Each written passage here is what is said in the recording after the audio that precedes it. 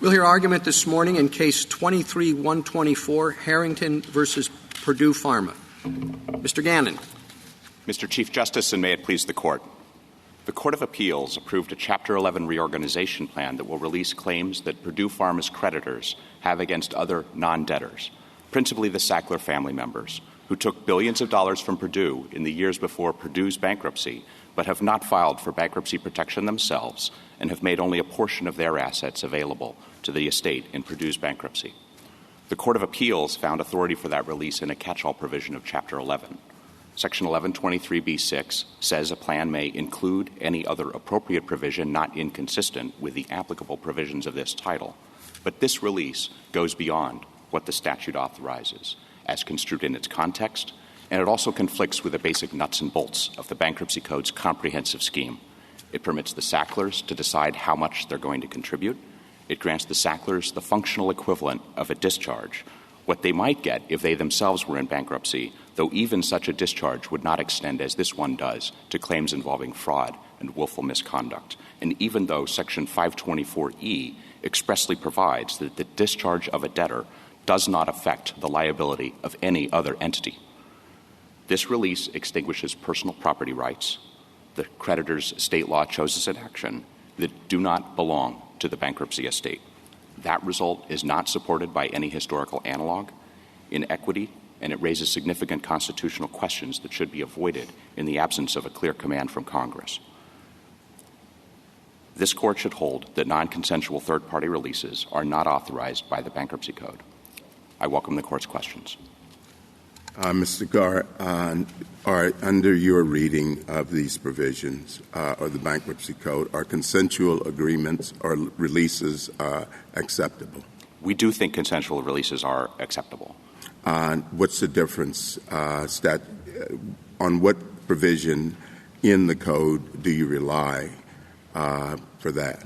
We don't think there needs to be authority in the Code for that because the authority for the release is coming from the parties' agreement.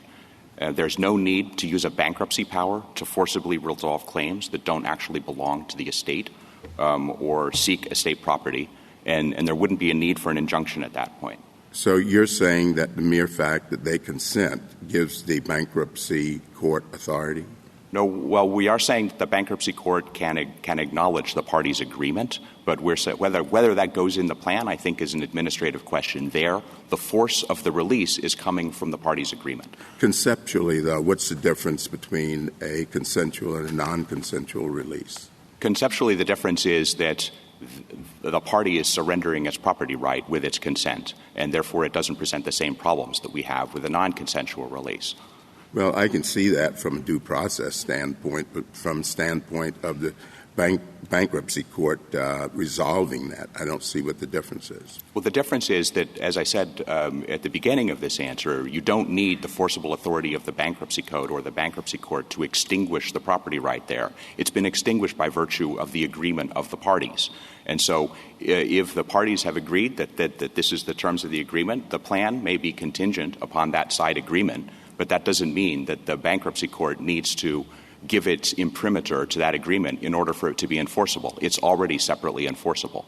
Well, finally, the under B6 seems pretty broad. How would you narrow that to reach your conclusion? Well, we think that you should construe it in context, and we think it's important that the enumerated provisions at the beginning of B are all limited to what this Court has repeatedly said the Bankruptcy Code is about, which is the relationship between creditors and debtors. If you look at the enumerated provisions, B2 talks about assumption, rejection, and assignment of executory contracts and leases of the debtor. B3A, which is particularly important here, talks about the settlement of claims or interests belonging to the debtor or to the estate. B4 talks about sale of property of the estate. And so in context, we think that it makes sense that if you can settle claims of the estate, it doesn't mean that you can settle claims that are not of the estate. And we point out that this is inconsistent with many other provisions in the Code. It's inconsistent with the scope of a discharge with respect to who can get the discharge and what can be discharged. We cite multiple provisions that get to that. It's inconsistent with the idea that the debtor is supposed to be contributing all of its assets with a handful of exemptions to be property of the estate, and that's not what the Sacklers are doing here. Counsel, argument that you just described, which was the same one you began with, which is you have a series of provisions focused on particular issues that arise in the context of the bankruptcy, and then you have a general catch-all talking about appropriate provisions, not inconsistent.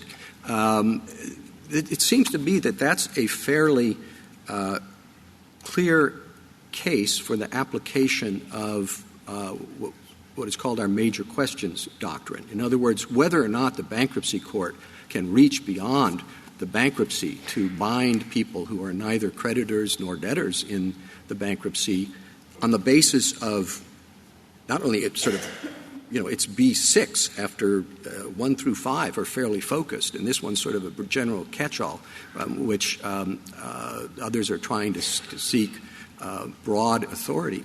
Is there a reason you didn't cite any of those precedents? Well, we don't think that you need to look at it in those terms. If you look at Krzyzewski, the court just used regular principles of statutory construction. It did cite the principle that we don't think that Congress hides elephants in mouse holes. And so to the extent that your impulse is getting at that issue, we tend to agree with it. We think that this is a catch-all provision that needs to be construed in context, and we think that this is more inconsistent with other provisions in the code than the ones that the court than the adventures that the court disapproved in cases like Krzyzewski and Radlax. Should we address, or in your view, is that appropriate to address that issue in the context of the precedents?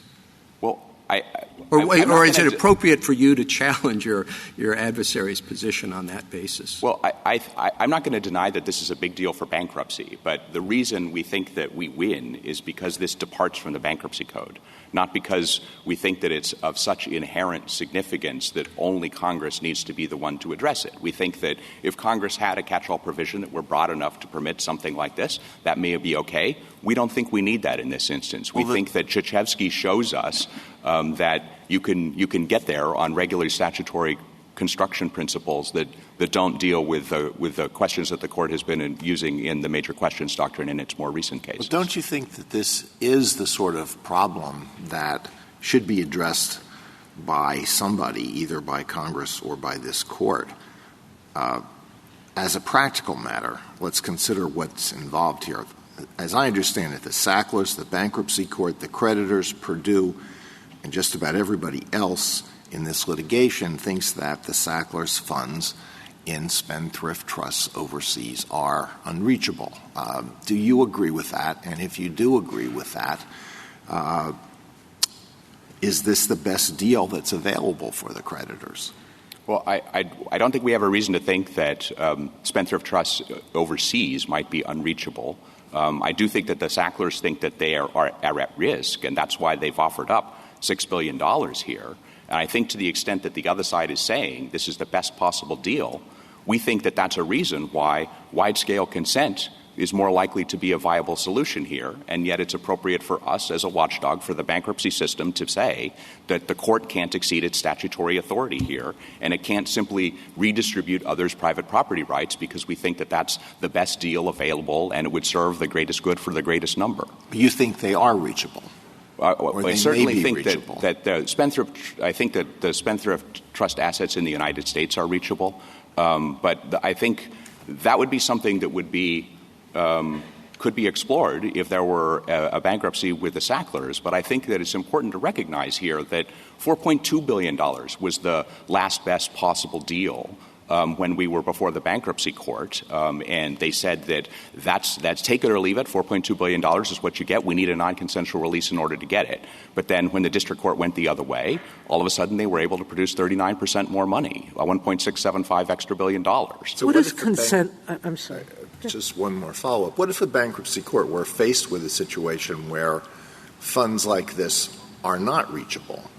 You're saying that the bankruptcy court is powerless to do anything. Well, I am saying that to the extent that we're talking about property that is not property of the estate, it is beyond what could be obtained in a fraudulent conveyance action that the estate has, then that's something that the bankruptcy court can't dispose of. But we think that principle applies on both sides of the deal. If the fraudulent conveyance claims could reach those assets, they could be brought in forcibly through the bankruptcy procedure. To the extent that the Sacklers want to have some of the benefits of bankruptcy without fully participating, we think that they need to get consent. Counsel, what does consent look like? I've been trying to imagine that in a case like this. You had the states, and so they could consent. They're an identified party, but there's, I don't know, thousands, if not hundreds of thousands, maybe millions of personal injury claims. Is an opt-out consent? How do you get it? Well, our position, the U.S. trustee's position, has been that opt-in consents are necessary for the type of independent force waiver of property rights that I was discussing with Justice Thomas. Not opt-out provisions. Not opt-out. I think that those may be different with respect to the constitutional concerns, but with respect to the question of establishing that somebody has actually waived their property rights here, we've said opt-in is required. We think that there should be affirmative consent. Of course, here there isn't any form of consent at all. And so if you were to say that you're telling Justice Alito that there really is no way to do this in bankruptcy right now, because I don't know how an opt-in process I wouldn't say that there is no way work. to do this in bankruptcy, Justice Sotomayor. We cite the PG&E case, which is a mass tort in California arising from wildfires. That came in the Ninth Circuit, which doesn't permit non-consensual releases, and that has an opt-in term, and that was used to resolve the claim there. And was that one of the cases where there was a promise to pay all claims? There were a couple of mass tort claims where there was an agreement that all claims would be paid in full. Well, that's not going to happen here. Well, I don't think that that's – the other side is telling us that that's not going to happen with respect to the money, the claims that exist against Purdue, and we understand that. That's what bankruptcy is for. If Purdue is insolvent and its money isn't going to go far enough to pay off all the claims, that's why the bankruptcy court and its powers can be used to restructure the relationship between Purdue and its creditors. But that doesn't mean that somebody else gets to say, well, we're going to create a supplemental limited fund and take advantage of the same procedures. And so, we think this is particularly inconsistent with Section 524E of the Code, which says that a discharge doesn't release any other entity. If you think of a regular case in which there's co-tortfeasors who have joint and several liability, the first defendant goes into bankruptcy and is going to pay 10 cents on the dollar. The discharge of that defendant doesn't relieve the second defendant of the need to pay the other 90 cents. And that doesn't change if the second defendant says, I'll chip in 5 cents for every dollar in defendant one's bankruptcy. Can I ask Mr. Gannon about your understanding of the term appropriate? Because that seems to be the key statutory term here, appropriate, which is a word that's broad. And in thinking about what's appropriate, we have 30 years of bankruptcy court practice that have approved releases of this kind in certain narrow circumstances where the parties are, for example, as here, officers or directors of the company where they're indemnified, meaning that the claims against them are in effect claims against the company, where the directors and officers have made contributions for distribution to the creditors, and where, your opening never mentioned the opioid victims. The opioid victims and their families overwhelmingly approve this plan because they think it will ensure prompt payment. So in those circumstances, those narrow circumstances, bankruptcy courts for 30 years have been approving plans like this. And I guess I'm trying to figure out, with all that practice under the judiciary's belt, why we would say it's categorically inappropriate when the statutory term appropriate is one that takes account usually of all the facts and circumstances. Well, I take the point that appropriate can do a lot of work there. We think that it's not appropriate to simply take property rights that aren't accessible to the estate in bankruptcy. And you mentioned the indemnification agreements, the directors and officers. This really sweeps much more broadly than that. It isn't just people who are directors and officers. They may be the main ones who need the release, who would have the most liability. But the indemnification claims don't cover everything in here. And there's an exception in the indemnification agreement for good faith. So it's not even clear that this indemnification agreement was going to be enforceable in the context of this case. That's a fair point. But more broadly, I think what the opioid victims and their families are saying is you, the federal government, with no stake in this at all, are coming in and telling the families, no, we're not going to give you prompt payment for what's happened to your family, and we're not going to the federal government's not going to allow all this money go to the states for prevention programs to prevent future overdoses and future victims. And in exchange really for this somewhat theoretical idea that they'll be able to recover money down the road from the Sacklers themselves. So I guess when thinking about the term appropriate, I guess I'm not sure why we should cast aside that concern so readily.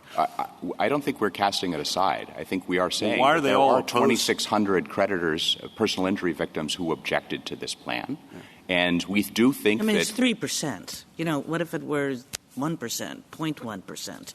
And your position would still say, well, no, the trustee can come in here and blow up the deal and should blow up the deal. Our position is that if you can get 99%, you're going to have a deal. There are going to be a handful of outlying claims that you couldn't get covered by consent. That's if they're small where claims, we are, Mr. Gannon. If they're small claims, it's overwhelming, the support for this deal. And among people who have no love for the Sacklers, among people who think that the Sacklers are pretty much the worst people on earth, they've negotiated a deal which they think is the best that they can get. They have negotiated that deal. They think it's the best they can get. The deal has evolved even over the course of this case. It has gotten better, notwithstanding the fact that they thought they had the best deal when they were in bankruptcy court. When you were talking with Justice Alito, are you contesting the finding that this provision was necessary for the reorganization? Well, I think that was falsified by the fact that it got renegotiated as soon as the district court ruled. And our point is that we're not casting aside the 3%. We're saying that if there are a handful of small outlying claims, the Sacklers can deal with those on the side. They can get consent that takes care of everything else. If there happen to be some large outstanding claims for people who don't want to consent, then we think it's a much bigger deal then that property right is being taken and extinguished without those parties' consent. Your position rests on a lot of sort of highfalutin principles of bankruptcy law. But another highfalutin principle of bankruptcy law is you're supposed to maximize the estate, and you're supposed to do things that will effectuate successful reorganizations. And it seems as though the federal government is standing in the way of that as against the huge, huge, huge majority of claimants who have decided that if this provision goes under, they're going to end up with nothing. Well, we hope and expect that there would still be a deal if this court says that consensual releases are okay. So we don't think that they're likely to get nothing. We do think that even if this had to go through bankruptcy, that the fraudulent conveyance claims have value. There's a reason why the Sacklers have already been willing to offer $6 billion. And we see this in other cases. In the Arrow case with 3M, when they were in bankruptcy and they wanted a non-consensual release, they were willing to offer $1 billion. When bankruptcy fizzled, within 2 months they negotiated a settlement where they were paying up to $4.8 billion or more. Sorry. Please finish. That's it. I was just going to ask you what the United States' position is going to be. Let's say that you win and it goes back down. The Sacklers withdraw their offer to contribute all of these billions of dollars. You have a super priority claim that would deplete most of what's on the table based on Purdue's assets right now. Would you assert that claim, or would you withdraw that and allow the opioid victims to recover some what's left in Purdue's estate? Right now that claim is part of the criminal guilty plea. It's a forfeiture. It's a criminal forfeiture judgment for $2 billion, which we've agreed to stand back and allow the states and other governments to take $1.775 billion of it if it goes forward. But this is contingent on the guilty plea, which is contingent on the confirmation of the plan. And so Purdue, if the plan doesn't get confirmed, doesn't need to go through with the guilty plea, and we might not have the $2 billion judgment. And so we think that this would be part of a negotiation on remand to the extent that consent is possible. Until there's plan confirmation, we don't have a finalization of the sentence, and we don't have the $2 billion judgment. What if there's just liquidation of the company, which is what the other side raises the specter of? So there's liquidation of $1 billion, there's no contribution, and then everyone's left with a lottery ticket to try to get something in litigation years from now. As I said before, I do think that there is value to the fraudulent conveyance claim that the estate has against the Sacklers. It may not get to the spendthrift trust overseas that Justice Alito was asking about at the beginning. But I also think that, the Sacklers are saying that they want global peace, but I don't think that that means that they wouldn't pay a lot for 97.5% peace. And so I do think that there's a very good chance that there is a deal on the other side of this. I don't understand how maybe I'm misunderstanding your dialogue with Justice Kagan, but are you saying that you shouldn't allow this because there's going to be a better deal down the road?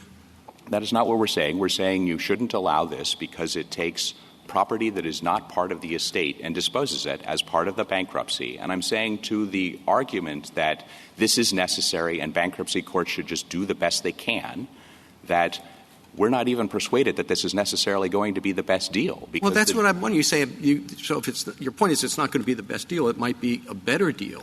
Yeah, but, I mean, your argument is based on a principle that would apply if there were one remaining.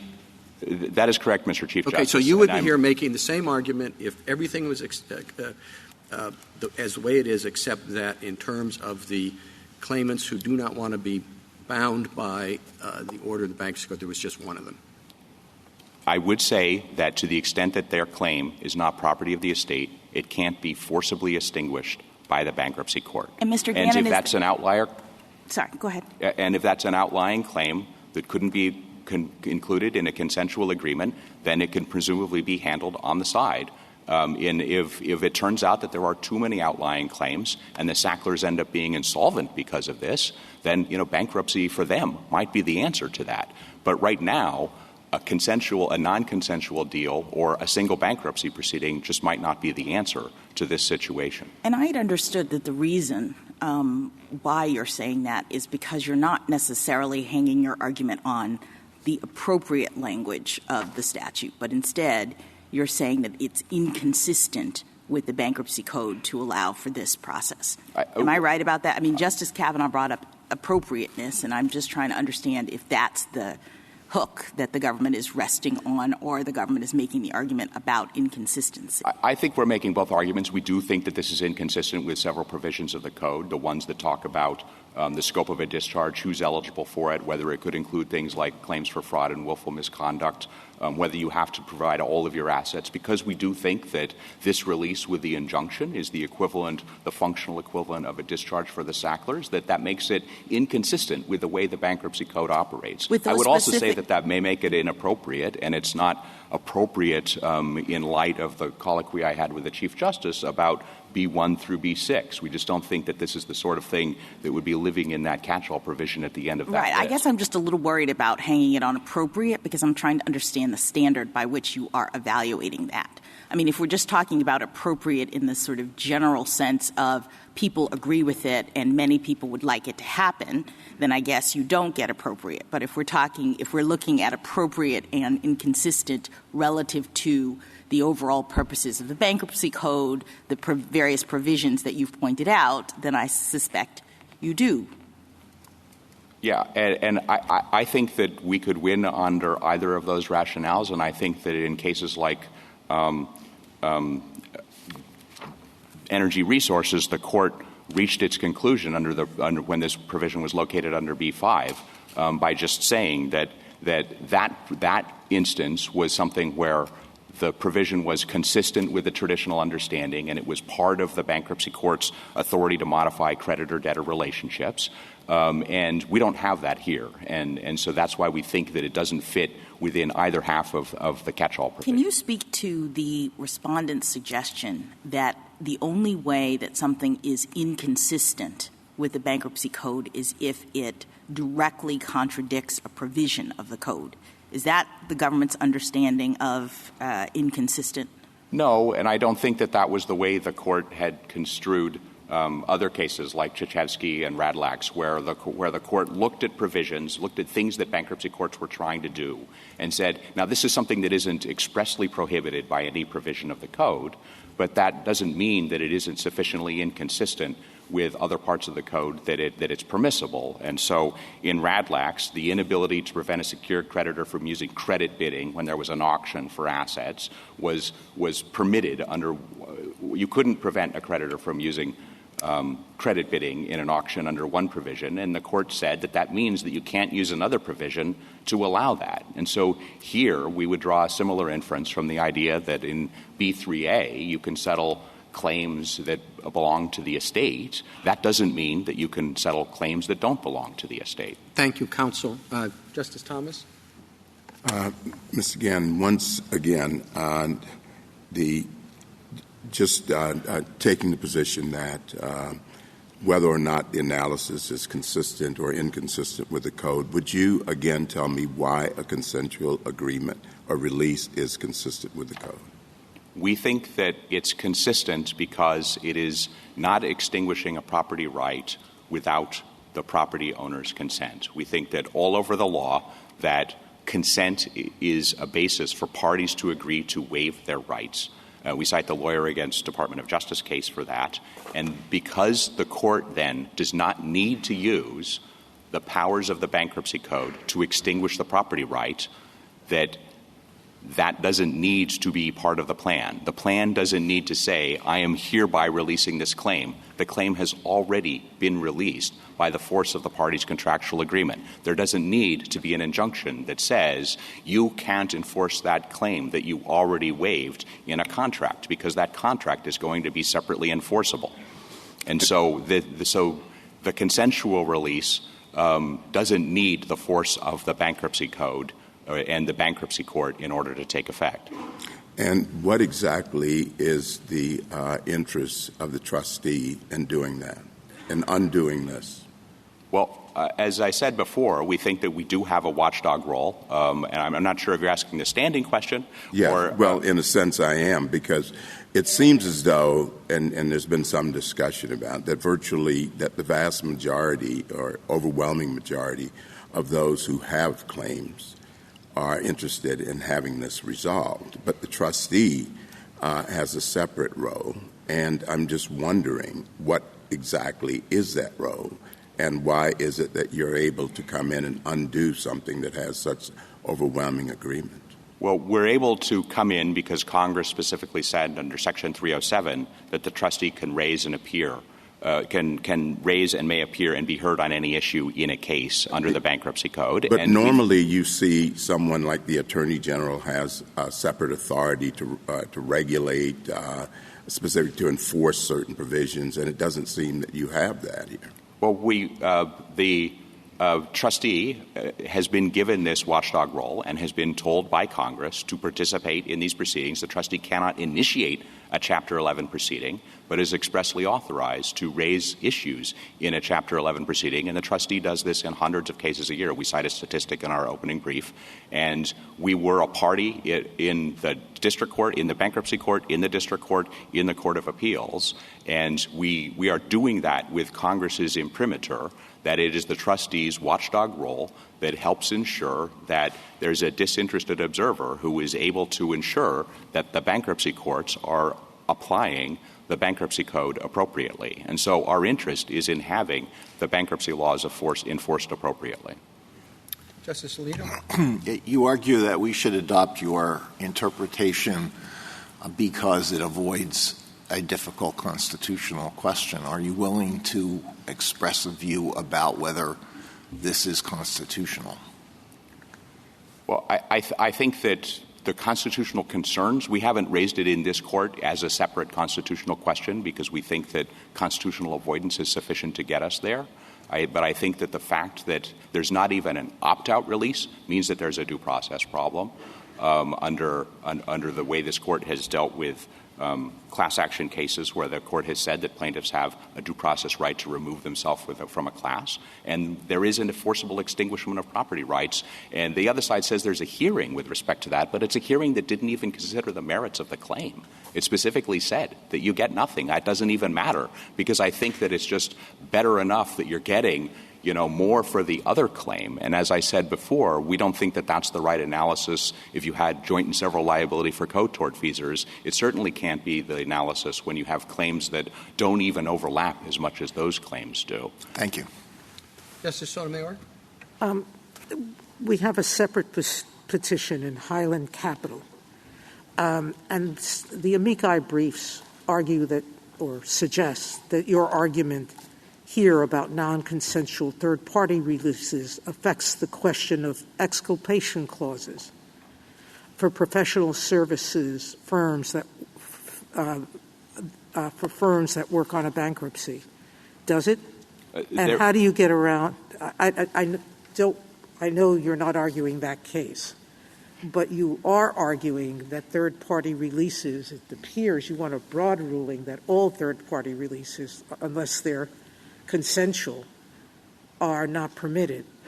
So how do we write this not to affect that case or any others that have to do? Yeah, we have responded to the Court's request for the views of the Solicitor General in that particular case and acknowledge that there's a great deal of overlap between the question here and the question in that case involving exculpation provisions. And so I take the point in the amicus briefs that third-party releases come in lots of different flavors. As we've already made it clear today, that we do think that consensual ones we think are okay, even though non-consensual ones are not. And we think that derivative claims are okay, direct claims are not, because the derivative claims are property of the estate. Exculpation clauses, depending on how they're written, may overlap a lot with this. We think that there are similarities in the legal analysis. The Court would go about the same type of question, asking itself whether this is something that is consistent with a tax structure and traditional equitable authority that bankruptcy courts had. There's also a common law immunity doctrine floating around in the context of exculpation clauses. I think the Court could say, you're resolving a dispute like this. This is waiving, pre-petition claims that are property that is not property of the estate. That's this most egregious form of a non-consensual release, and leave that for another day if you need to. Justice Kagan? Mr. Gannon, I take it there's no amount that the Sacklers could have put on the table that would alter your position. Is that right? I think if they put enough on the table to get people to consent and have an agreement. But I think that's right. This is not about whether because the reason I ask is one of the stronger arguments you make in your brief is that this upsets the basic quid pro quo of bankruptcy law, which is you put all your assets on the table and then you get a discharge.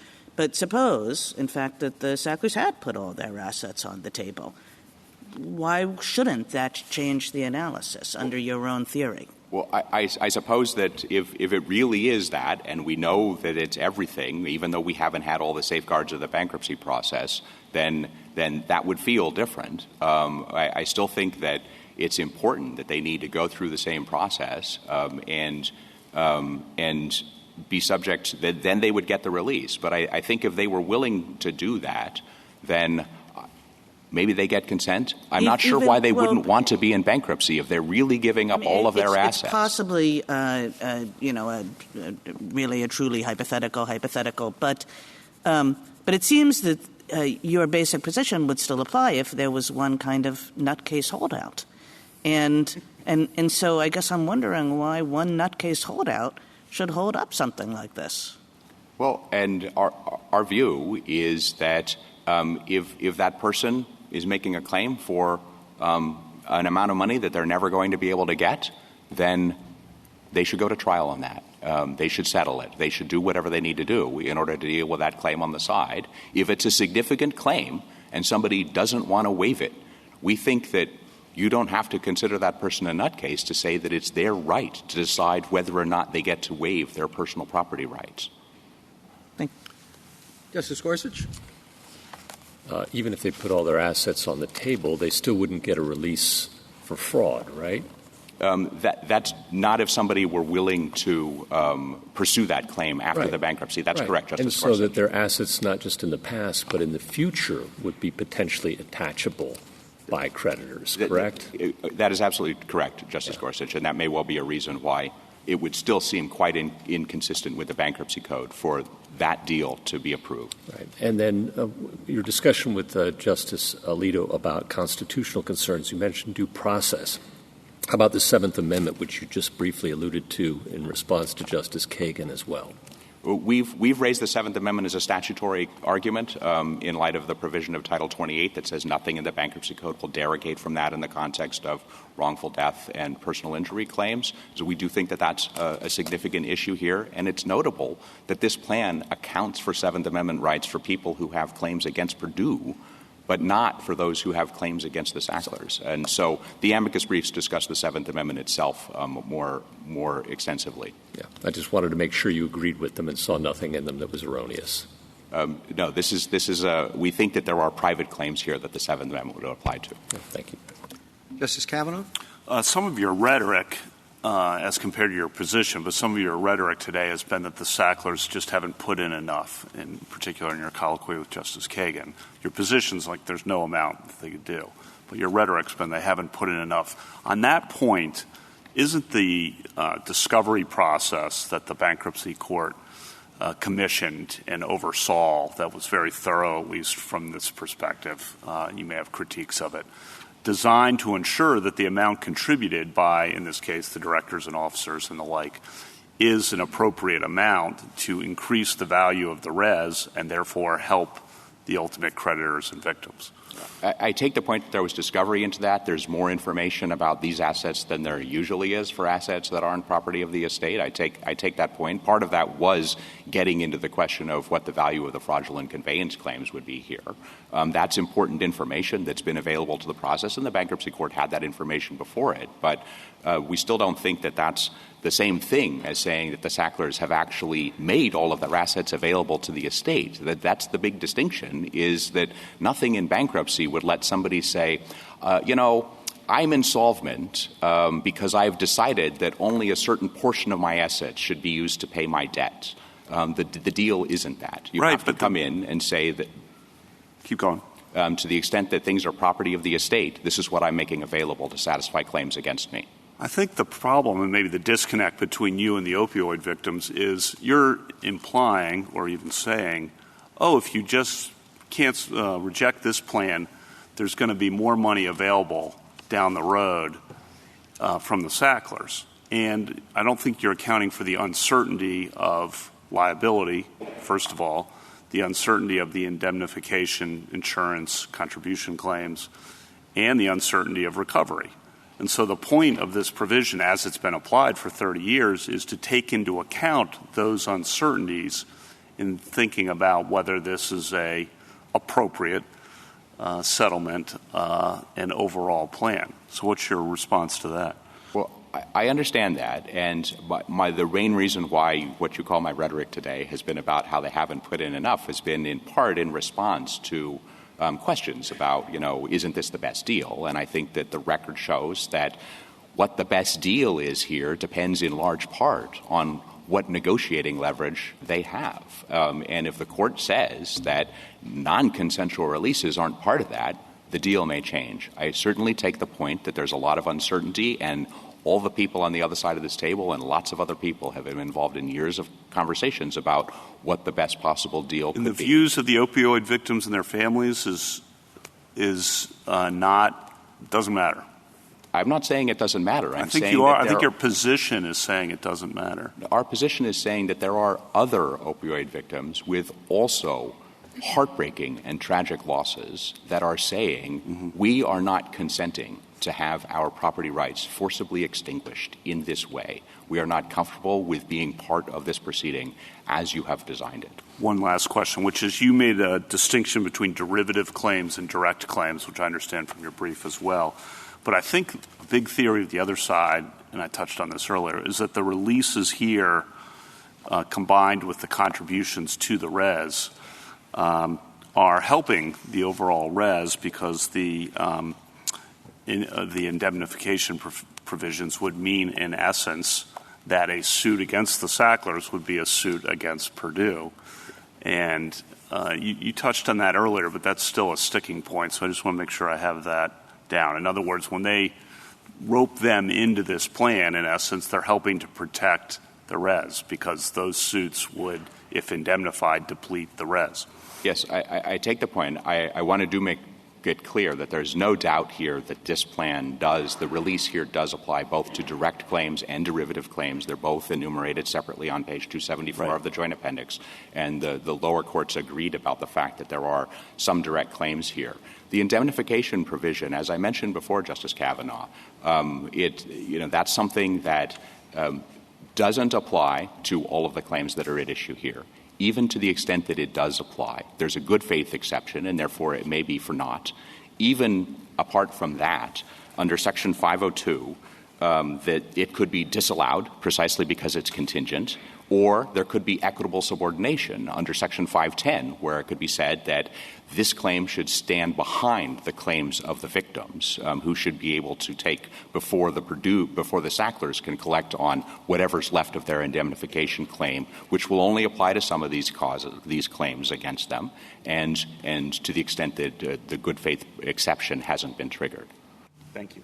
Justice Barrett? Mr. Gannon, explain to me how that will work, because I had this question about indemnification too, but it seems to me, and maybe it's just I need to get a handle on what the sequencing would be here, but let's say that the bankruptcy wraps up, but because some people have not, and let's imagine you win, let's imagine the bankruptcy wraps up, then people do go after the Sacklers, and let's say they secure judgments, and the Sacklers want to seek indemnification from Purdue. As I understand it, there's a division of authority in the courts below about whether these would be pre-petition or post-petition claims, and so whether they would even be allowed. But I also am wondering what's left to get.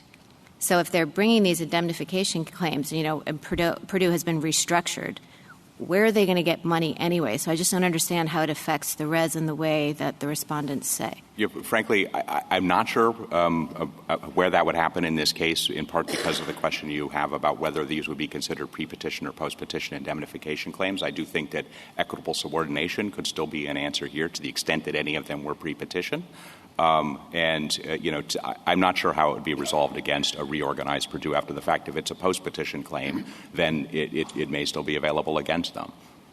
But if it is available against them, what assets are there to get once Purdue is reorganized, I guess is what I'm saying. I think they would be the assets of Purdue, but I think this is still depending upon lots of other questions about how much of the indemnification provision applies. I understand that, but I'm just saying to the extent that they say this affects the size of the res, it doesn't really affect the size of the res that would be distributed during the bankruptcy proceedings, so far as I can tell, and maybe respondents can address that when they get up. Maybe so. I do think that the good faith exception is something that plays into the question of valuing how much the indemnification claim would be to the extent that it is a pre-petition claim, and it's being estimated as part of the reorganization. Okay, and then this other question is about the ramifications of a win for you. I mean, we're talking about this in the particular context of the opioid litigation, but, this question about non-consensual releases, non-consensual non-debtor releases, has come up in other contexts like the Johnson & Johnson, talc litigation, et cetera. If you win, it just seems to me like this is a very complicated problem for a lot of the reasons that, a lot of the questions that people have been asking you about, well, is this the best that we can do for the victims? Lots of victims have agreed to it for that reason, even though it seems like the amount that these victims who have agreed to it get, it's a pretty limited range. But in any event, this is a very complicated problem in mass tort litigation that involves bankruptcy. So what happens to those other cases if you win? Does this have ramifications for other victims of mass torts that would be negative in cases like the Johnson & Johnson litigation? Well, I think the Johnson & Johnson issue is a slightly different one. The There's Texas a brief about the so-called thing, yeah. Texas two-step there. The cases that are more on point, there are amicus briefs about involve the Catholic Church and the Boy Scouts. To the extent that a case is there's a final and non-appealable judgment, then that sticks. This court had addressed that in Travelers Against Bailey and specifically said that it was too late to challenge the scope of a release, regardless of whether or not it was lawful in the first place. But I haven't stated my question correctly. I don't mean, or in a way that's clear enough to you to elicit the answer I want. I'm not talking about the cases that are actually pending. I'm saying going forward, depriving bankruptcy courts of this tool, what will be the effect going forward on other cases like this? Yeah, I take the point, and I would say that even in the Catholic Church cases, there have been Catholic diocese bankruptcies in the Fifth Circuit and the Ninth Circuit, and so they have proceeded without consensual releases. And ultimately, as I alluded to before, this may not be the best solution for every mass tort. A single bankruptcy in which there are participants on the sidelines who are contributing may not be the best solution. If Congress wants to step in, as it did with 524G, and create a customized framework for some of these individual situations, it could do that. Maybe that would be a good solution, given the complexities, to have Congress do it rather than bankruptcy courts trying to stretch the code? We never quarrel with the idea that Congress has the authority Congress, to amend statutory authority. Has an important role. Okay, and then a question about the victims for whom you are speaking, or those with claims who have not consented. Do you see yourself, as representing the trustee here, do you see yourself as speaking for those who did not consent, the small percentage, or, there were hundreds of thousands of victims that didn't respond? Are those the ones that you're concerned about? Well, I think we're concerned about all. Yeah, all. We're concerned about the entire process. We are concerned about the fact that we don't think that there's meaningful consent when somebody just didn't even vote. I mentioned that less than 50% of the personal injury claimants voted here. And so the 97% in favor figure depends in part on a high, non-voting percentage. But our role is in making sure that the process is working as it's supposed to. And so we're not the lawyers for these individual claimants. They have their own lawyers, some of them before the case. But we're speaking for the idea that if they have property rights that are not property of the estate, then that's I understand that. I guess what I'm saying is when you're talking about the property rights, you're referring writ large to maybe what we might call like some of the invisible debtors who just didn't vote, who didn't respond. Yeah, and we think that that's definitely not consent in a way that we think would make this waiver appropriate. Thank you. Justice Jackson? So Justice Kavanaugh mentioned the couple of decades of practice of bankruptcy courts approving these kinds of things. And I'm just trying to understand where the history leaves us, because I had understood that under the previous version of the code, this court in Callaway had said that this kind of thing is not acceptable. So can you just say a little bit about the history and how we should be thinking about that? Well, we are saying that we think that this is a statutory construction case under the code, and we think it's inconsistent with the code for all the reasons that you and I were previously discussing. But part of that is because there isn't a strong historical analog, and there's a really small amount of history that's been put on the table by the other side. And we do think that the Callaway case from this court in 1949 certainly cuts strongly in the other way. The other side says, well, in part that was for jurisdictional reasons rather than whether there was particular authority. But it still meant that courts were not doing this under the Bankruptcy Act. The only other cases that have been cited are a couple of district court cases that we think are relatively easy to distinguish from a third-party release. All right. And just conceptually, I guess I'm trying to understand why this would be laid at the feet of the one nutcase holdout, as Justice Kagan puts it. I mean, I thought, and maybe this is the argument that you're making, that even if you have a group of people who do not consent, the Sacklers could still give the money. They could still fund the victims who do consent. And so it's not the holdouts. It's the Sacklers' insistence on getting releases from every single person that's causing this problem, correct? That's correct. And as I said before, to the extent that they say they want global peace, then I understand that desire, but that doesn't mean that they're not going to pay a lot for 97.5% peace. And your only point is that they may still, if the court says no, go ahead and settle with all of the people who are willing or interested in doing this. Yes, to the extent that the vast majority of people are saying this is a great deal, we want to be part of it, then that much of the deal can go forward. Thank you. Thank you, counsel. Mr. Garr. Thank you, Mr. Chief Justice, and may it please the Court. This Court should reject the trustee's argument that non-consensual third-party releases are categorically unauthorized by the Code, no matter the circumstances. I'd like to begin with 3 points. First, the trustee's position is irreconcilable with the plain text of Section 1123b6.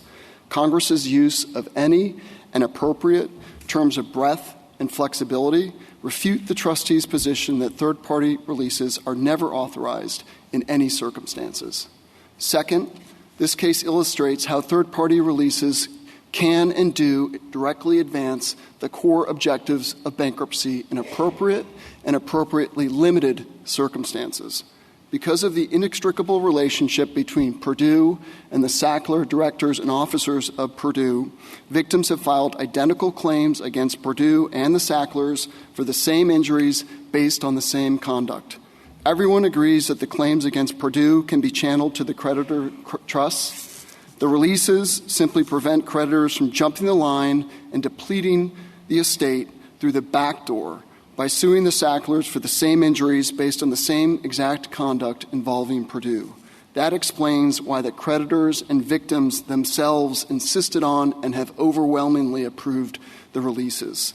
And finally, third-party releases have been used in limited circumstances for more than 3 decades, nearly the life of the current code, to resolve some of the most important and complex bankruptcies. Equity has likewise enjoined third parties in analogous circumstances for centuries. Adopting the trustee's categorical rule would radically disrupt that longstanding practice to the detriment of victims.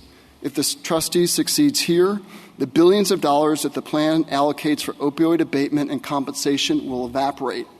Creditors and victims will be left with nothing, and lives literally will be lost. Nothing in the code commands that tragic result. I welcome the Court's questions. Mr. Gard, the government, the trustee, treats consensual agreements and non-consensual releases differently. How would you respond to that or react to that? I think the most telling point of my friend's response, Justice Thomas, was that he didn't point to the text of Section 1123b6 at all. In order for that to be a component of the plan, it has to be approved by the bankruptcy court. And although he talks about the agreement of the parties, there has to be statutory authority for the bankruptcy court to include that. The only basis for that authority comes from 1123b6, and that doesn't draw a distinction between consensual and non-consensual. So I think my friend's response shows the difficulty with that position for him. If there were no previous or prior indemnification agreement, would your argument be the same with respect to the releases?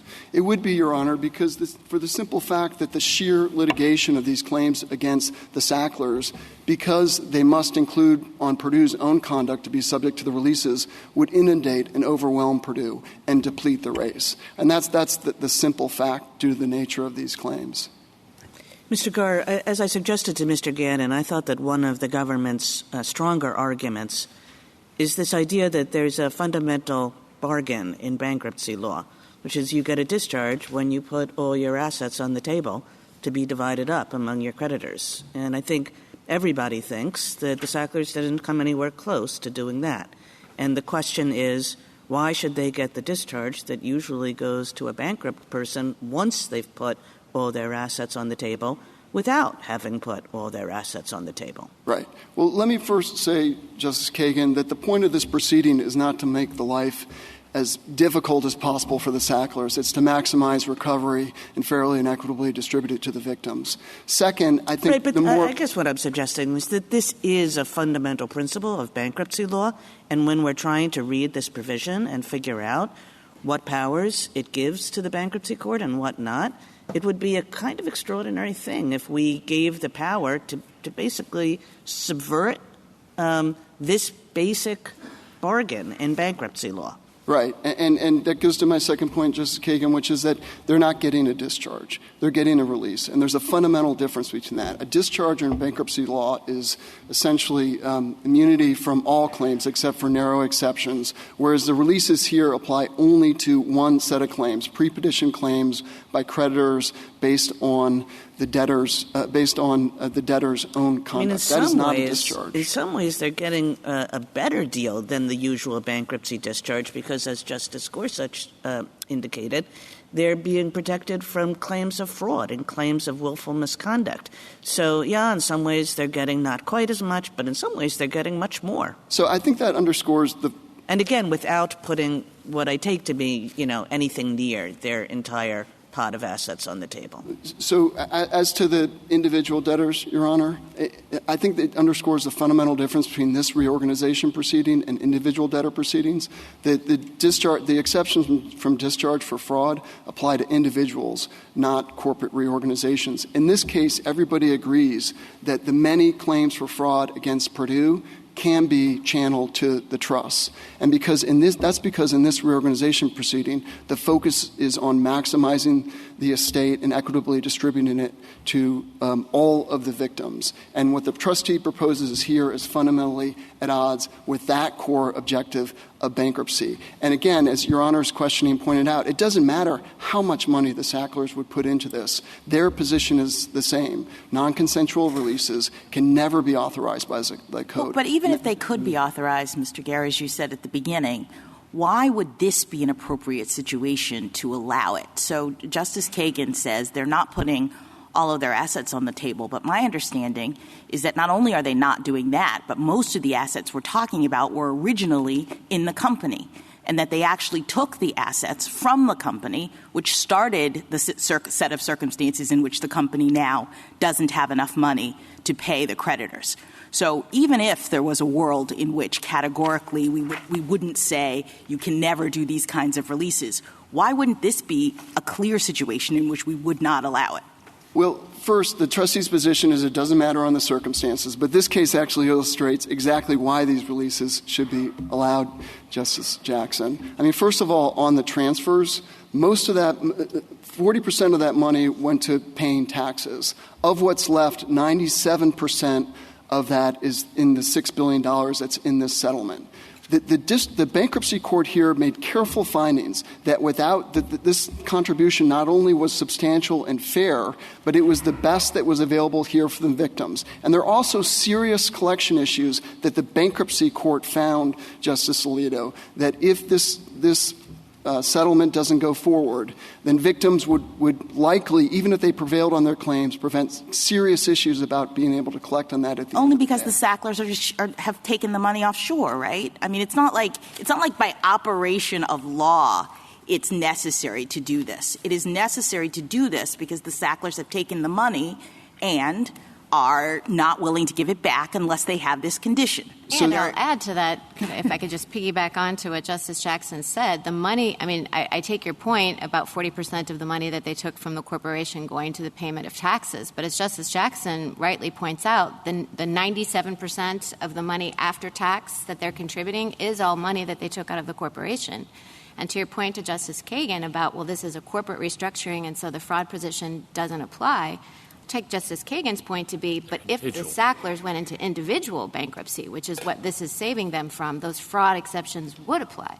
So I think, first on the question of individual bankruptcies, the Sacklers are not an entity.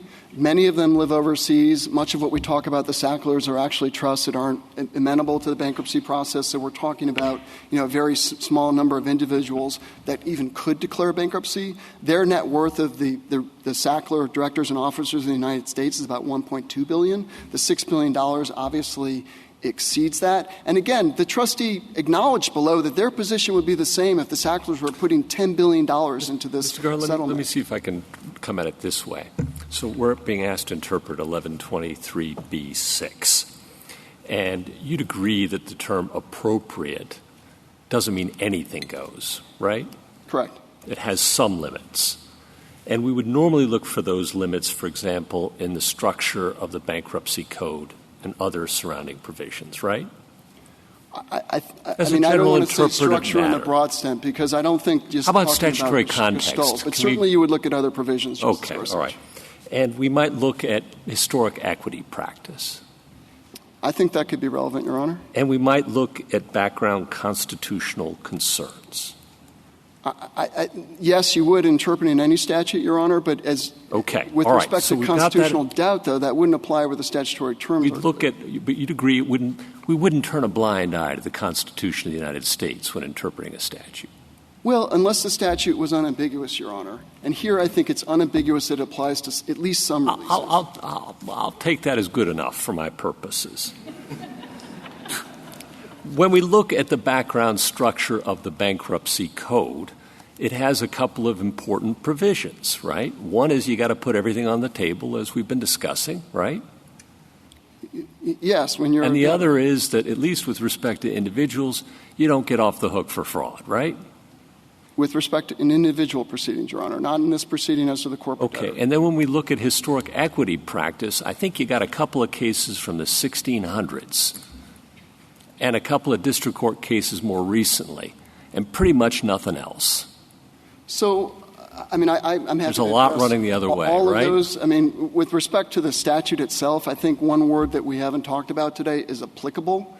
That's in Section I'm asking about equity practice. Oh, with respect to equity practice. You got a lot running against you, don't you? No, Your Honor, I don't think so. We've cited cases. What was that case from the 1600s? The Tiffin case from the 1600s, Tiffin, that's right. Where the Court of Chancery enjoined third parties, suits against third parties. Okay, We've got the limited fund context that this Court has recognized in its prior cases. And then on the constitutional question, we have serious questions. We don't normally say that a non-consenting party can have its claim for property eliminated in this fashion without consent or any process of court other than, the procedure here. This would defy what we do in class action contexts. It would raise serious due process concerns and Seventh Amendment concerns, as the government highlighted. You're normally entitled to a jury. Right. I think, Your Honor, bankruptcy is different for starters. And I think that, one example I can give you is the derivative claims. But we're not in bankruptcy. That's the whole point, is your clients aren't in bankruptcy. If they were, then equity would kick in. Well, everybody here in this case before this Court is part of this bankruptcy proceeding. They've submitted proofs of claim, and that's one of the reasons why they don't have a Seventh Amendment objection here, Your Honor. And the plan itself addresses the Seventh Amendment. With respect to a debtor, that would be traditionally the case, but we're talking about a non-consensual claim against a non-debtor. Right. And that normally we'd have serious due process and Seventh Amendment concerns.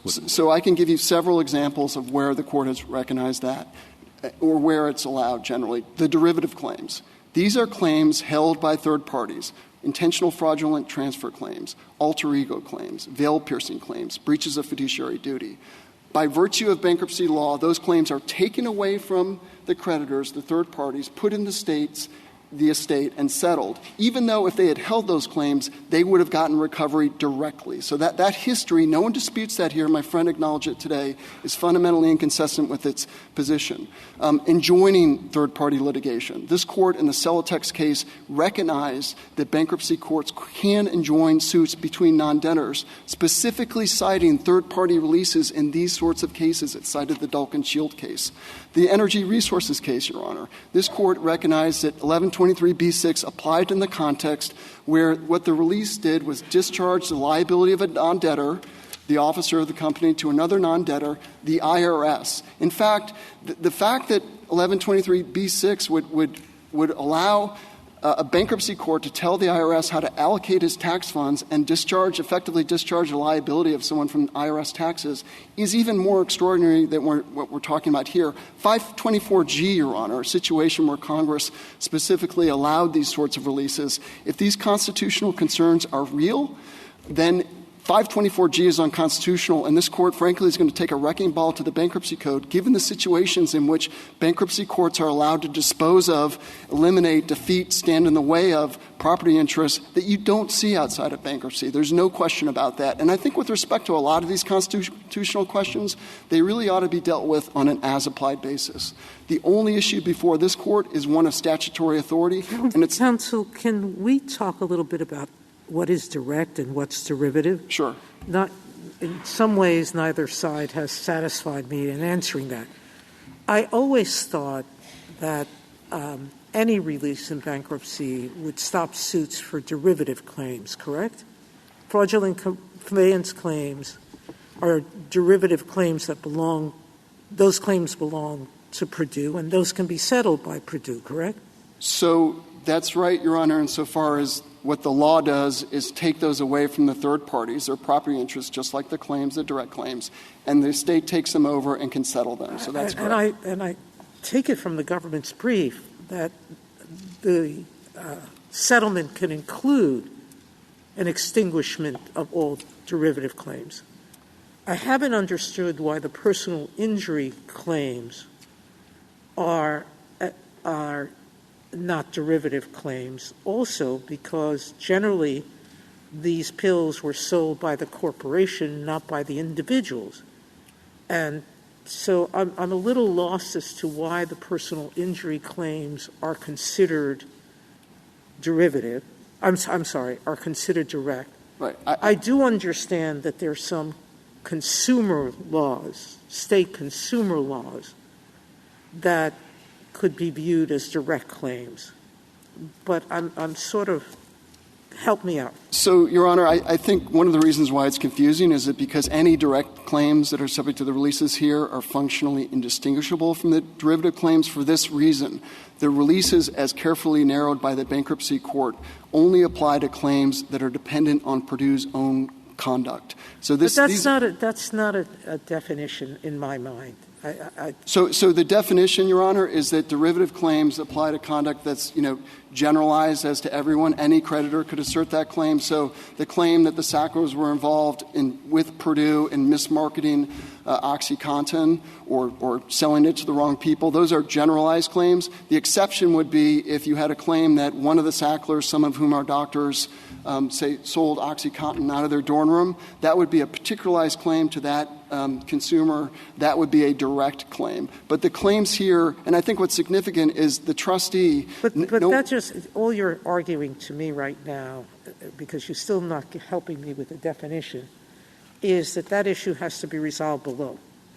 And it would be resolved in future lawsuits as to whether or not the bankruptcy agreement extinguished that particular type of derivative. Well, I think that's important insofar as no one has ever really identified the direct claim that's dependent on Purdue's conduct that would be released here. I mean, there were consumer protection claims. All of the states are no longer opposing this settlement. So I think you're right insofar as, in some sense, what we're talking about here is really sort of hypothetical, and a particularly bad reason to destroy this entire settlement is that they agree that all of the derivative claims can be released, and what we're talking about is the extent to which the release applies to direct claims that the trustee hasn't actually identified.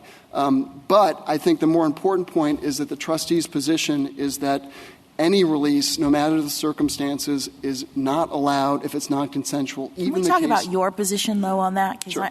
I guess I'm trying to understand if it's your view that the Sacklers could condition their funding of this estate on anything that the code does not expressly prohibit. I would say no insofar as a bankruptcy court is going to look carefully at this. And there are many limitations. It has to be necessary to the reorganization. It has to be appropriate. But you define necessary, as I understand it, as anything the Sacklers require. Not at all. Not at all. Okay, so what does necessary mean in your view? Well, in this case, what the bankruptcy court found was that without the releases, without the settlement that came in, the company would liquidate and victims would receive nothing. Only because the Sacklers wouldn't give the money back, right, under those circumstances. They are conditioning their willingness to fund this estate on the releases. That's correct, Your Honor. All right. This was a carefully negotiated. So it's only necessary insofar as they are requiring it. That wasn't the inquiry that the bankruptcy court took. I mean, what he looked at is all the circumstances, including all the arguments about the Sacklers, and it looked to what was right to maximize the estate here, and whether this release was necessary for the reorganization to avoid liquidation. So if you take one of the hypotheticals in the U.S. trustee's brief about the painting, if the Sacklers had insisted on the reallocation of a painting or something like that, there's no way a bankruptcy court would approve that release. I guess I don't understand why. Why isn't – since the linchpin fact here, as you've just articulated it, is the Sacklers' willingness to put money into the estate, why can't they – and that it's necessary insofar as the Sacklers are demanding it in this situation. Why can't they demand anything?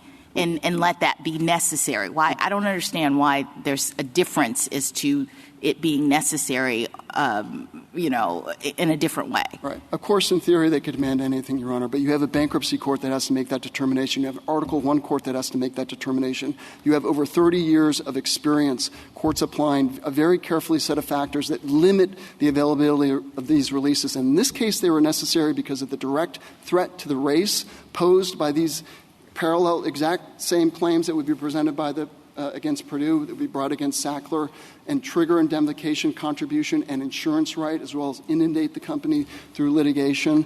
The bankruptcy court considered that without this funding, the victims, the company would have to liquidate. There is a $2 billion super priority loan, and I hope the government's response gave you as much discomfort as I did. The fact is that priority exists, and the possibility of negotiation should give this court a good sense that the bankruptcy court was right, that we will have a liquidation with no one recovering anything.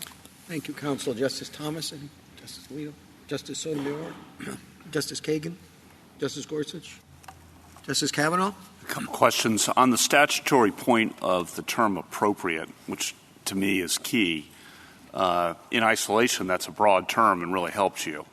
But as the Chief Justice said in his first question, we, in interpreting statutes like that assign broad authority to usually regulatory agencies, here the bankruptcy court, we've been cautious, especially in recent years, about reading those to give too much authority. Major questions doctrine, elephants and mouse holes. And I'm curious why, in this case, that those principles, which go way back in this court's jurisprudence, as I see it, wouldn't apply here and say, yeah, appropriate's a broad term, but we should read it narrowly because that would be a question of great economic significance that we won't assume Congress lightly assigned. Sure. So the major questions doctrine is premised on separation of powers principles that apply to the delegation to executive agencies.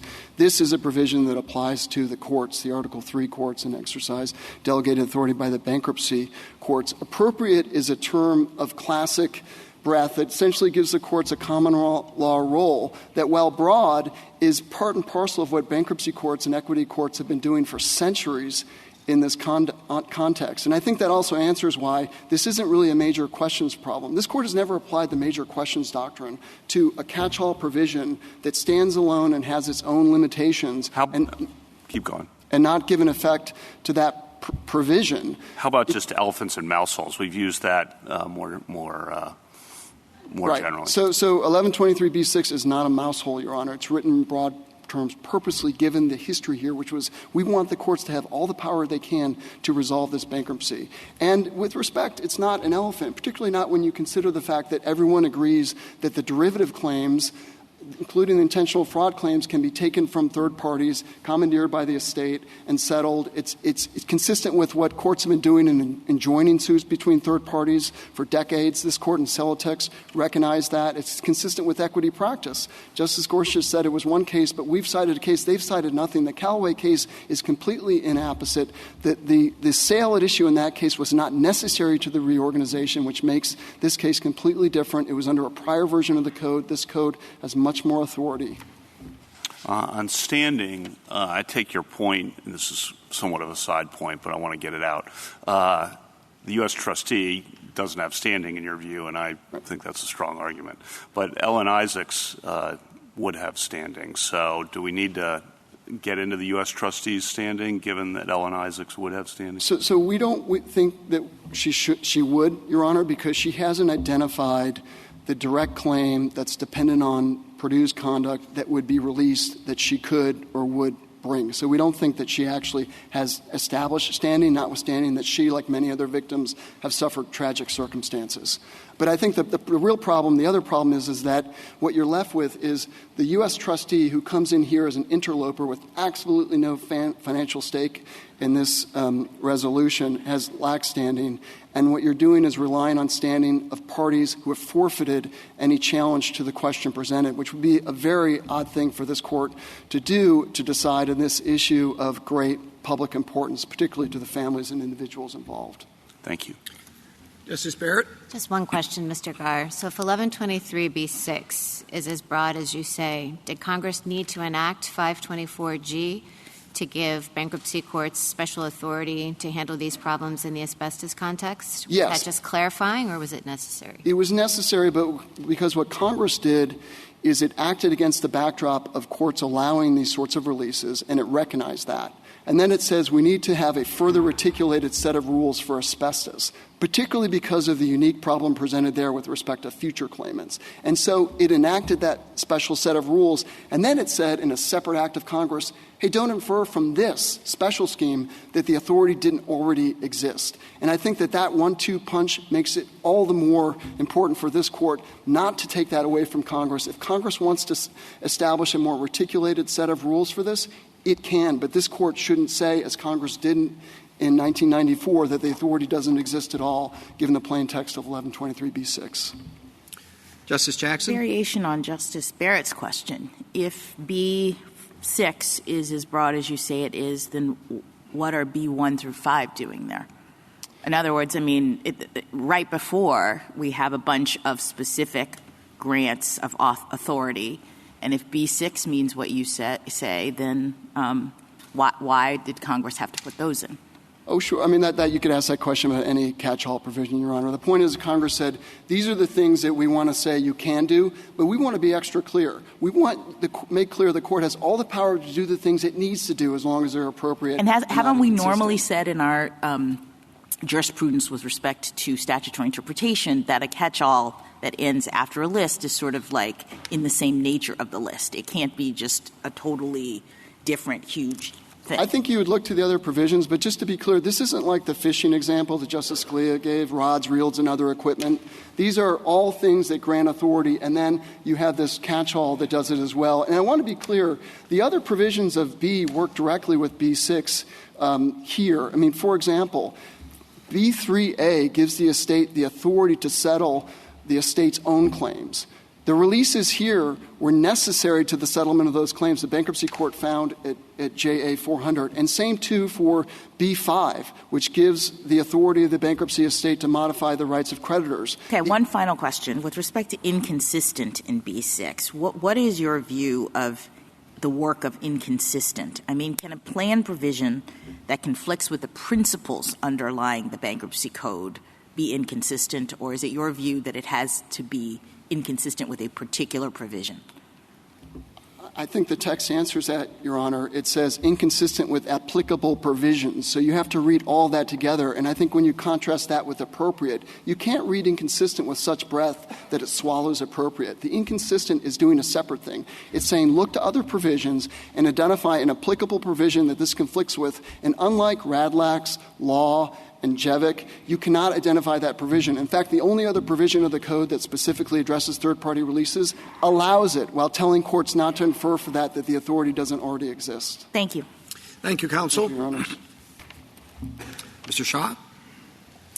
Mr. Chief Justice, and may it please the Court, the U.S. trustee does not speak for the victims of the opioid crisis. Quite the opposite, the trustee appointed the official committee, my client, as the fiduciary representing their interests. Every one of the creditor constituencies in this case, comprising individual victims and public entities harmed by Purdue, overwhelmingly supports the plan. Indeed, it was the creditors that insisted on the release of the creditor claims against the Sacklers for the same injuries to avoid a value-destroying victim-against-victim race to the courthouse that would result in no recovery for virtually all except the United States.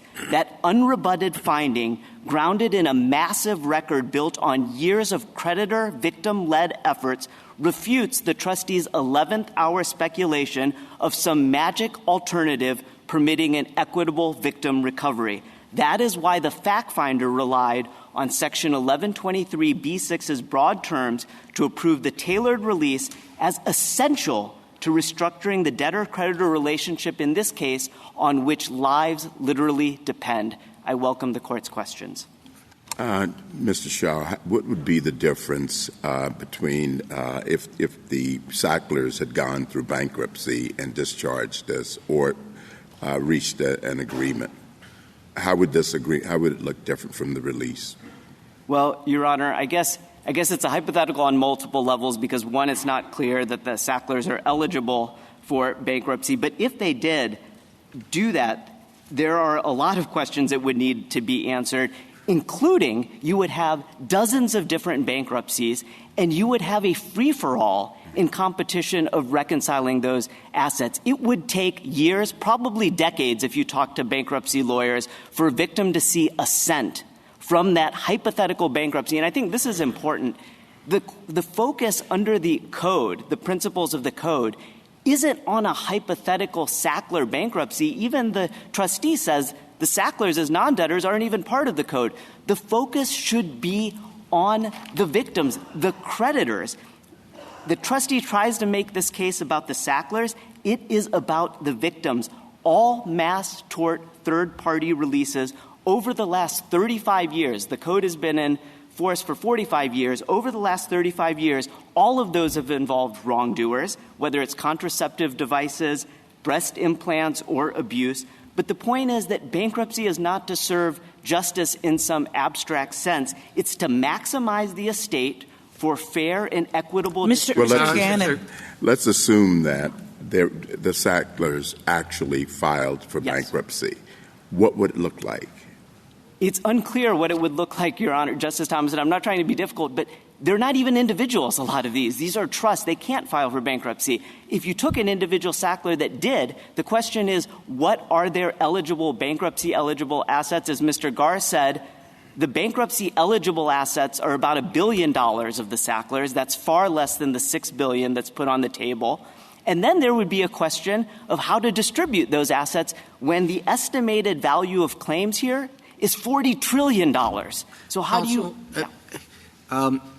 here you have basically 3% we're talking about of the individual claimants. What if you have a situation where the 97% is a particular type of claimant, individual claimants, but the 3% that is holding out are different claims altogether, commercial claims. Could the individuals in the bankruptcy court force the commercial claims into the bankruptcy settlement? Right. So, Your Honor, if the release tried to get rid of everything, but you had any class that didn't have a supermajority, that would almost certainly fail the Second Circuit's own test, which isn't challenged here, because you need a supermajority of the creditors. And as the cases that we have over the last 35 years, it's going to have to be of every class. Here, we have a supermajority of every class. In terms of, you say in the practice, but under the code, is there something that requires it to be a supermajority of every class? Only to this extent, Your Honor. The code says appropriate or inconsistent with any applicable provision. Courts for 35 years have given content to appropriate. One of the factors that virtually all of the courts have pointed to is supermajority approval of the creditors. Remember, the only people giving up claims here are the same creditors but I suppose of the debtor. I'm sorry to interrupt you, but in one sense, you do have different classes. You have a class that recognizes the need to have recovery on an individual victim basis. Yes. But then you have a class that prefers to see the claims go forward, the money isn't enough, or however you want to phrase it. They have different interests. Well, Your Honor, yet you have a supermajority of the one. Your Honor, here the bankruptcy is divided into various classes. There is a personal injury victim class. 96%, over 96% of that class voted to approve the plan. Currently, there is only one objector standing with the trustee in this case. So if in a hypothetical case there was not a supermajority, that would fail under the appropriate factors that courts have done for 35 years. Supermajority of each class. Of each class, yes, Your Honor. That again, the trustee hasn't challenged the stringent appropriate factors that courts of appeals done. That's why you only have a handful of these in mass tort bankruptcies, but they've been incredibly important. Dalk and Shield, contraceptive, breast implants, abuses. This is where the situation is there is no other alternative to get meaningful victim recovery. Mr. Gannon suggests that if we rule for him, it actually gives victims greater leverage in this kind of situation. Yeah, Justice Kagan, thank you. If there's one thing you take away from my argument today, it is this. And let me be crystal clear. Without the release, the plan will unravel, Chapter 7 liquidation will follow, and there will be no viable path to any victim recovery. Well, that sounded very emphatic. Yes.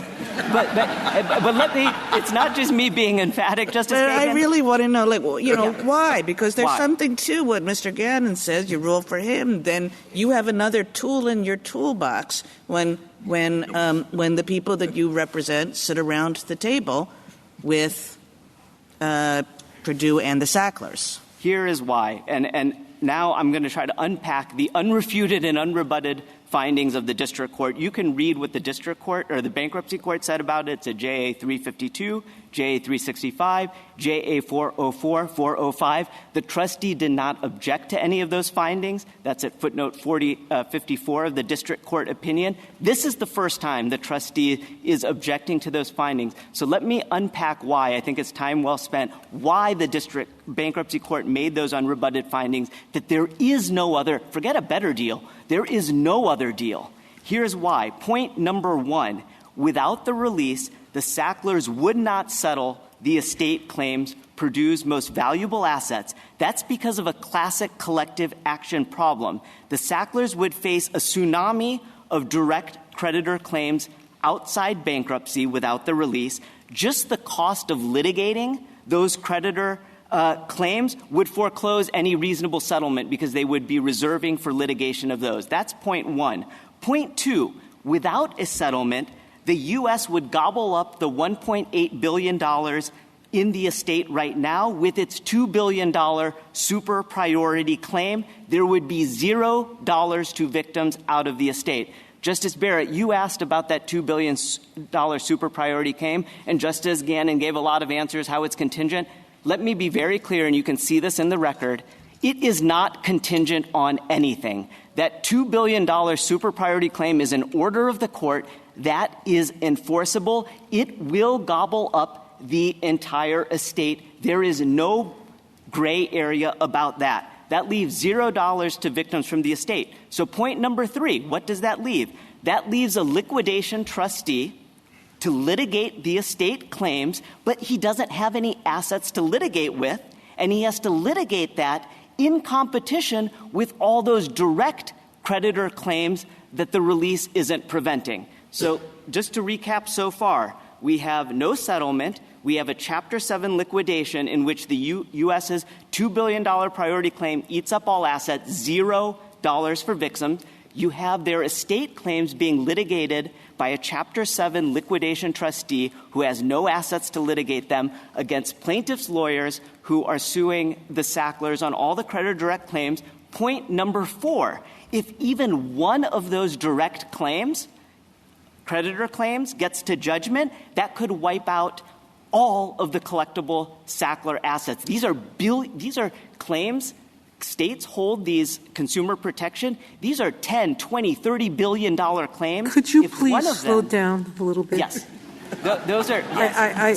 This is on the point. I get confused because I know you're making this very dramatic, but I read your brief, and your brief says in your brief you argue that all personal injury claims against the Sacklers are derivative of claims against Purdue.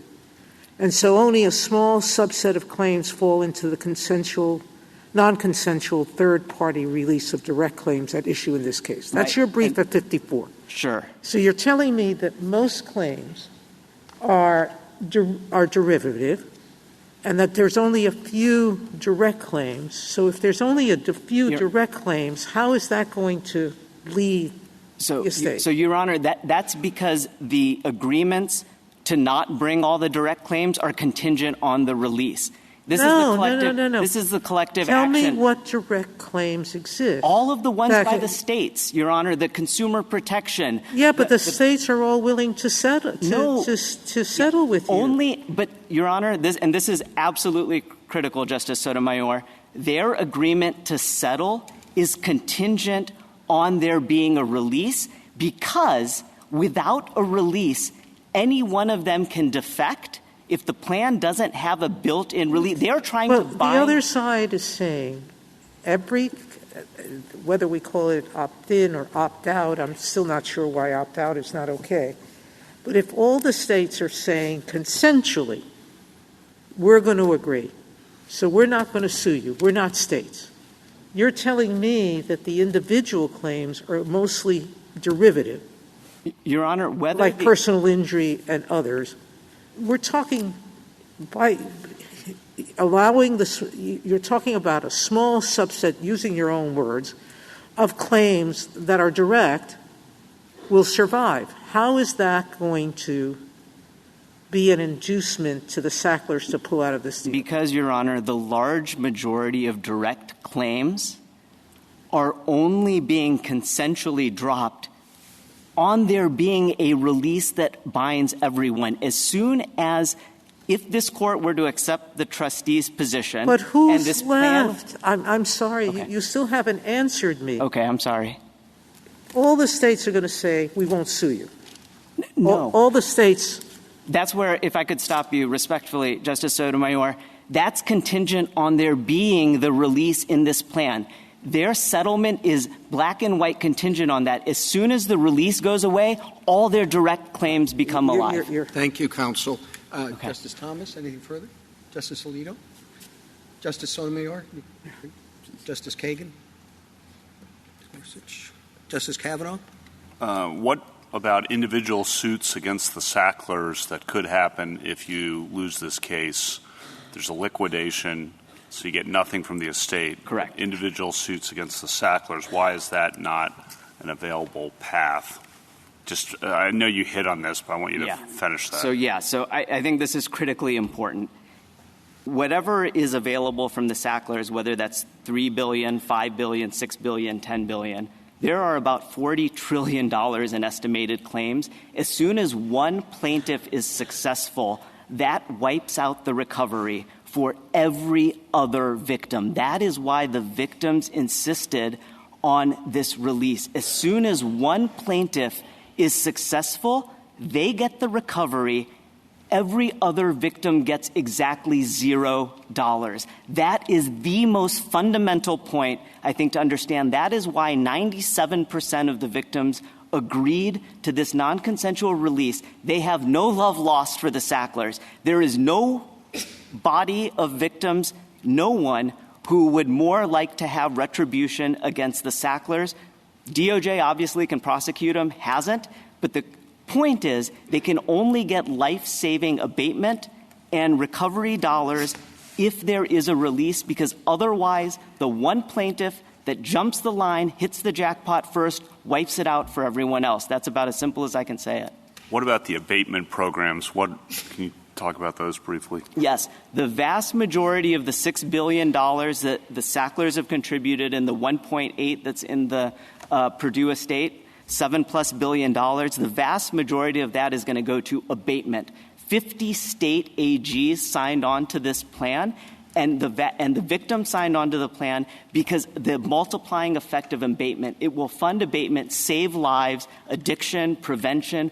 All of those things are contingent on the release and the money that's going to come through here. As soon as the release goes away, for all of the reasons that I said, and perhaps I was dramatic, but if you want an undramatic reading, read the bankruptcy court's unrebutted findings at the pages that I gave you.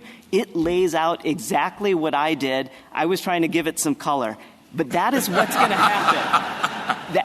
And there isn't, and I say that jokingly, but it's not only legally improper for the trustee to do that because it didn't object to any of those bankruptcy findings, and the district court points out it didn't object to those. It's not only legally improper, but it's irresponsible for the trustee now to suggest that there's some secret path to recovery for the victims. It just isn't. It's basic economics. It's collective action. The creditors spent 3 years doing, as the bankruptcy called, the most massive investigation of the Sacklers that it's ever seen in any case.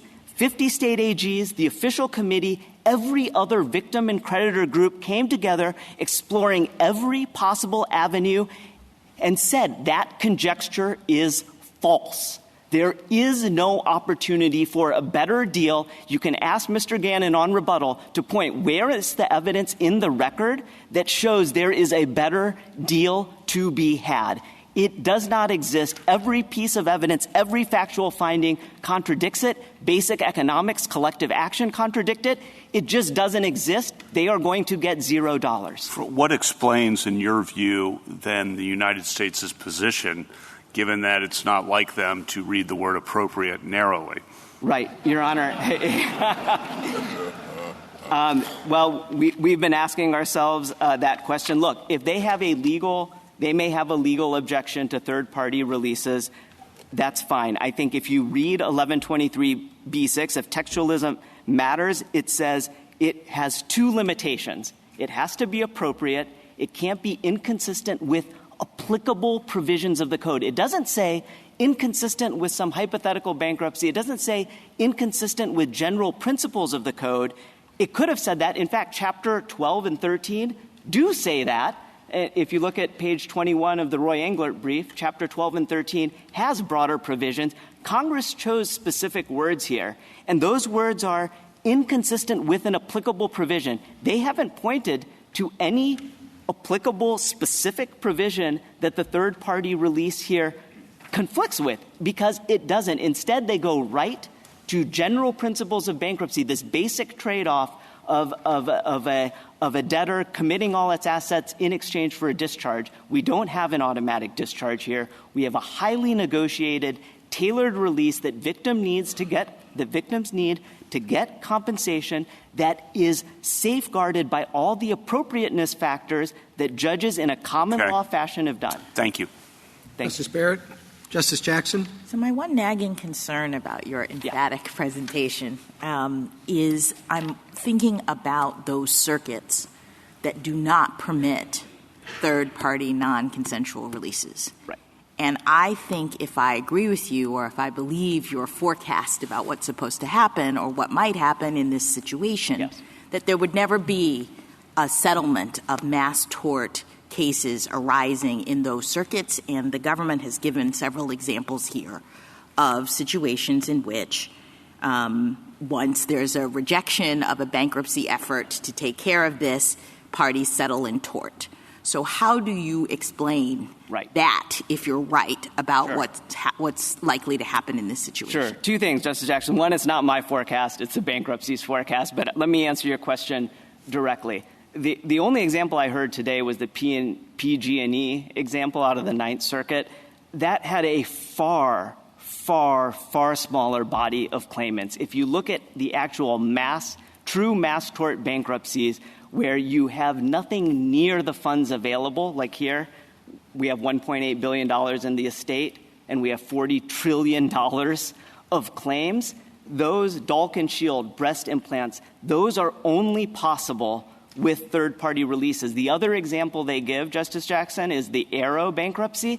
That is not an insolvent, or not a bankruptcy. It was outside of bankruptcy. That is not a insolvent entity. But nor are the Sacklers. I mean, this is the problem that we're creating here, that we have half of it inside the bankruptcy, that's Purdue, and we have half of it outside the bankruptcy, that's the Sacklers. Right. And what's troubling me is the sort of shifting between those two as we think about what's going to happen.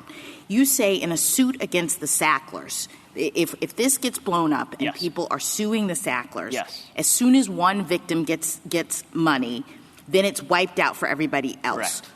But I don't understand why that's so, because the Sacklers would not be in bankruptcy unless they file for bankruptcy at that point. Is that where your hypothetical is going? Right. I mean, they have at least $11 billion or something, and so why would it be, unless a particular claimant gets that amount of money, there wouldn't be anything left for anyone else in suits against them? So just to give you an example, if any one of the state claims succeeded, and I think if you look at the bankruptcy opinion, I think most people would agree the strongest direct claims by the creditors probably held by the states, right?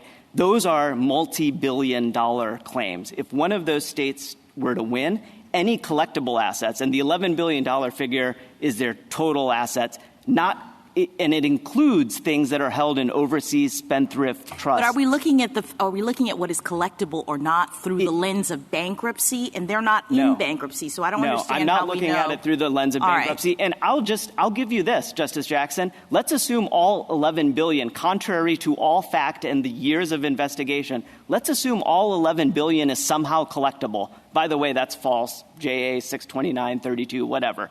Let's assume all $11 billion of it is collectible. Any one of those state claims would gobble it all up. $0 to victims if they were successful. It's just black and white. It's in the. And your point is that they wouldn't settle. The Sacklers are not going to settle if this is blown up. Without the release, the reason they can't settle is because there would be dozens, hundreds. The Bankruptcy Court posits thousands of these claims because they were only everyone. And this goes to Justice Sotomayor's question. Everyone agreed not to bring them in consent only on the condition that nobody could bring them. And you're saying that same kind of agreement can't be made outside of the Bankruptcy Code. That's what my only point is. We all got together and we agreed in the context of bankruptcy. Why couldn't that same kind of agreement occur if there is no bankruptcy vis-a-vis the claims against the Sacklers? And that's the critical question. And the reason is the linchpin of that agreement, the consent from all 50 states and all the rest, the 97% that agreed, was that others couldn't jump ahead of the line and recover, the third-party release. You can't get the third-party release outside of bankruptcy, which is why, for 35 years, courts have been doing it in mass tort bankruptcies like Dalkin Shield, like breast implants, like the abuse cases, in order to make it happen. Otherwise, you cannot get meaningful victim recovery. Thank you. Thank you, counsel. Rebuttal, Mr. Gannon? Thank you, Mr. Chief Justice. If I could just make 4 points. First, Ms. Isaacs, Justice Kavanaugh, has been objecting to this release since the Bankruptcy Court. And she filed claims, to quote from her question presented, on behalf of herself and her deceased son, whom she found dead from an overdose on her bathroom floor. All of her claims have been released. We think that there's no doubt that she has standing here, and this idea that she has to specify the connection with this release is something that we haven't heard from the other side before. Second, Justice Sotomayor, that's not a derivative claim. That's a direct claim. The difference between a derivative claim and a direct claim is whether it's a claim that is being recovered on behalf of on behalf of the corporation as a whole. And so that's why the fraudulent conveyance claims, if anyone brought an individual fraudulent conveyance action against the Sacklers here, those all become property of the estate because the benefit of bringing that asset back into the estate goes to the entire corporation. So Purdue takes over those claims. Purdue doesn't take over personal injury claims. Those are not brought on behalf of the corporation. If somebody gets a money judgment or some sort of relief for their individual claim, that's not something that accrues to every other creditor for the corporation. And separately, I'd also say you mentioned the consumer protection claims, which is what the Second Circuit said in footnote 15 are, at a bare minimum, the non-derivative claims here. There are individuals who also have state law consumer protection claims, and so those aren't all included in the settlements with the 50 states. And third, my friend says that there's going to be this victim against victim race to the courthouse, which involves assets that are not in the bankruptcy. But the solution to that is not to say that everybody gets $0 in that race. The court can't just do whatever it takes to make this deal possible. The court can't say, well, if they could do that, Justice Kavanaugh, then the court could say, what would be more appropriate? Maybe more money that would be helpful to this deal. And as we've said, we don't think that the court can just say, the Sacklers, we think it would be better if you put in $15 billion here if it's not money that is otherwise part of the estate. And so finally, we support an abatement-centric plan here, and we have a disagreement about whether there's a potential deal on the other side of a reversal by this court. My friend on the other side says the bankruptcy court made findings about this, that this was the best possible deal, that this release had to happen for that particular deal. That was a $4.2 billion deal. That finding was immediately falsified after the district court's opinion here. And with respect to the $2 billion, that $2 billion judgment that we have is part of a non-final plea that has not been finalized because we're waiting for the end of the plan to be confirmed here. When it was accepted as part of a settlement before the bankruptcy court, it was contingent upon both the finalization of the criminal judgment and the confirmation of the plan. And so we think it's speculative to say that the $2 billion claim is going to eat up the entire estate. So, we do hope that there's another deal at the end of this because this is something that needs to be worked out, but it doesn't necessarily have to be a deal with non-consensual releases. It doesn't have to be one bankruptcy. And we think the court should say that the dealing should not proceed on the premise that non-consensual releases are permissible under the Bankruptcy Code. We urge the court to reverse the judgment of the Court of Appeals. Thank you, counsel. The case is submitted.